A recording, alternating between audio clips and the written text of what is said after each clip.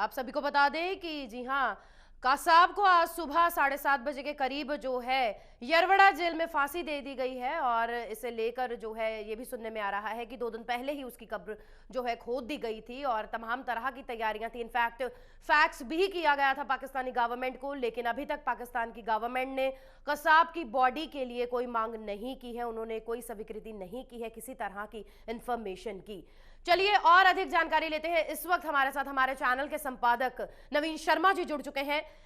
नवीन जी, जिस तरह से अब फांसी हो चुकी है, और सबसे पहला यही हम जानना चाहेंगे कि अब हिंदुस्तान पाकिस्तान दोनों डिप्लोमेटिक जो रेप्रोक्रेशंस आएंगे, यानी कि जो रिएक्शंस आएंगे, जो रिजल्ट हो सकता है वो आने वाले समय में कैसा मिल सकता है। जैसा हम सभी अपने दर्शकों को बता रहे हैं कि महाराष्ट्र के अलावा जम्मू कश्मीर में भी हाई अलर्ट जो है वो जारी हो गया है। देखिए अनुषी, इसको एक बड़े कॉन्टेक्स्ट में देखना पड़ेगा। ये जो आज फांसी दी गई है, इसका जाहिर सी बात है हिंदुस्तान और पाकिस्तान के जो एक डिप्लोमेटिक संबंध हैं, जो एक कूटनीतिक संबंध होते हैं, उस पर इसका एक लॉन्ग टर्म इम्पैक्ट जरूर पड़ेगा। क्योंकि जिस तरह से आप देखिए कसाब को लेकर पाकिस्तान, जिस तरह से पाकिस्तान का रिएक्शन शुरू से ही था, पाकिस्तान उसको मानता ही नहीं था कि वो हमारे यहाँ का नागरिक है। और जिस तरह से उस कसाब को अरेस्ट किया गया था 2008 में, और उसने पाकिस्तानी वकील की मांग की थी जब लीगल प्रोसीजर एक इंडियन कोर्ट्स में शुरू हुआ था, तो उसके बाद से पाकिस्तान ने बड़ी मशक्कत की थी। पाकिस्तान ने बड़ी देर के बाद जाके कसाब को अपना नागरिक माना था, पर ये कभी भी एक्सेप्ट नहीं किया कि हमले की साजिश जो थी वो पाकिस्तान में चलती थी, पाकिस्तान में इसको इम्प्लीमेंट किया गया या पाकिस्तान में इसको प्लान किया गया। पर अब जिस तरह से अब ये प्रकरण हुआ है, फांसी दे दी गई है और अब ये भी खबर आ रही है कि उसको यरवदा जेल में ही दफना दिया गया है। पर इसको लेकर अब पाकिस्तान का जो रिएक्शन है, जैसा कि अभी ये हुआ कि भारत में जो हमारा हाई कमीशन है इस्लामाबाद में, इंडियन हाई कमीशन, उसने एक फॉर्मली एक जो प्रोसीजर होता है उसके तहत इंडियन हाई कमीशन जो इस्लामाबाद था, उन्होंने भारत जो पाकिस्तान का विदेश मंत्रालय था उसको एक फॉर्मल चिट्ठी भेजी, उसको एक फॉर्मल जानकारी दी कि इस तरह से कसाब को भारत में आज सुबह फांसी दे दी गई है। लेकिन ये खबर आ रही कि हाई कमीशन ने उसको एक्सेप्ट करने से, उस चिट्ठी को लेने से इनकार साफ कर दिया। इससे आप समझ सकते हैं कि पाकिस्तान का रिएक्शन इस चीज को लेने में भी किसी भी तरह की वो इन्वॉल्वमेंट या रिस्पॉन्सिबिलिटी इसमें नहीं लेना चाहते थे। पर एक जो डिप्लोमेटिक प्रोसीजर होता है उसके तहत जब पाकिस्तान ने इस इंफॉर्मेशन को लेने से साफ इंकार कर दिया, तो एक भारतीय जो विदेश मंत्रालय है उसकी तरफ से एक फैक्स भेजकर पाकिस्तान को एक फॉर्मली जानकारी दे दी गई है कि जो कसाब को यहाँ पे फांसी दे दी गई है और फांसी के बाद उसको यहीं पे दफन कर दिया गया है। आप ये मान के चलिए कि जो 26 नवंबर 2008 को मुंबई में हमला हुआ था, उसके बाद जो इसकी जो फांसी को लेकर, कसाब की फांसी को लेकर तमाम तरह के कयास लग रहे थे, भारत में पॉलिटिकल सर्कल्स में भी इसको लेकर डिमांड होती रही, जनता भी इस बारे में काफी मुतासिर थी ये जानने के लिए कि पाकिस्तान कसाब का अब क्या होगा। तो इस तरह से 16 अक्टूबर को, आप ध्यान रखें अगर तारीखों पे हम देखना चाहें, तो कसाब की जो दया याचिका थी, एक मर्सी पिटिशन थी, जो एक लीगल प्रोसीजर होता है, कि उसको राष्ट्रपति को भेजा गया। और ये खबर है कि 5 नवंबर को राष्ट्रपति ने उसे खारिज कर दिया और इसी 7 नवंबर को उन्होंने इस पर दस्तखत कर दिए। इसके ठीक अगले दिन महाराष्ट्र सरकार को इसकी एक फॉर्मल इंफॉर्मेशन दे दी गई कि प्रेसिडेंट साहब ने इसकी जो दया याचिका, मर्सी पिटिशन है, उसे फॉर्मली रिजेक्ट कर दिया है। अब आगे का प्रोसीजर यही होगा कि उसे अब फांसी दी जाए। तो उसके बाद महाराष्ट्र सरकार को इसकी फॉर्मल इंफॉर्मेशन दी गई और उसी दिन ये तय हो गया था कि अब कसाब को जल्दी फांसी दे दी जाएगी। और ये भी जो जब सुनने में आ रहा है कि 21 तारीख की डेट उसी दिन में तय कर दी गई थी। पर अब ये जिस तरह से इसको इम्प्लीमेंट किया गया, जिस तरह से इसको आप तमाम सीक्रेट, एक तरह से आप देखें तो एक लोगों के लिए भी एक मतलब अचानक से एक वो था पूरे देश के लिए भी, क्योंकि जिस तरह से इसको सीक्रेटली इम्प्लीमेंट किया गया, वो आप इस प्रोसीजर को आप नोट करें। क्योंकि जो महाराष्ट्र पुलिस के जो अब सूत्र जो हैं वो ये बता रहे हैं कि इसका जो एक ऑपरेशन एक्स इसको नाम दिया गया पूरे फांसी के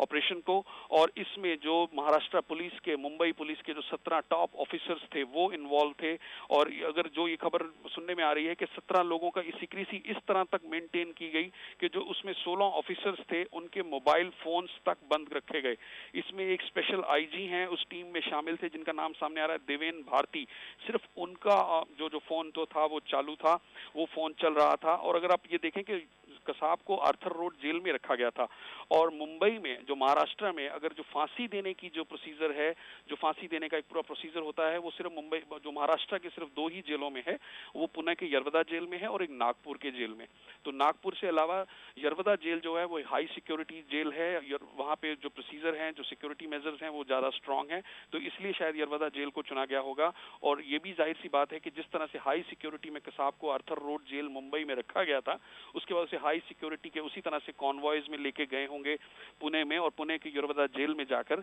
आज सुबह उस फांसी को इम्प्लीमेंट किया गया। और उसके बाद ये कयास लगाए जा रहे थे कि क्या पाकिस्तान को फॉर्मली इन्फॉर्म किया जाएगा, तो किया ही गया, कि उसकी डेड बॉडी के लिए क्या पाकिस्तान को रिक्वेस्ट दी जाएगी कि पाकिस्तान उसको एक्सेप्ट करता है या नहीं। तो बाद में ये थोड़ी देर में खबर आई, जो महाराष्ट्र के जो चीफ मिनिस्टर हैं पृथ्वीराज चौहान, उन्होंने इस चीज को एक्सेप्ट कर लिया कि फांसी देने के बाद कसाब को पुणे के यरवदा जेल में ही दफना दिया गया है। वो शायद इसलिए भी किया गया, अगर आप इस पे गौर करें कि इस तरह के प्रोसीजर्स में अगर आप याद करें ओसामा बिन लादेन को जब अमेरिका ने इस तरह से ऑपरेशन के बाद उसको किया था, तो उसको एक बीच समंदर में ही दफना दिया गया, क्योंकि वो नहीं चाहते थे कि इस तरह से इन ऐसे केसेस में एक मेमोरियल बन जाने का वो होता है, लोगों के कुछ सेंटिमेंट्स जुड़ जाते हैं। तो ये चीज ऐसी कि अगर ओपनली अगर इंडिया में भी इसको दफनाया जाता और एक जगह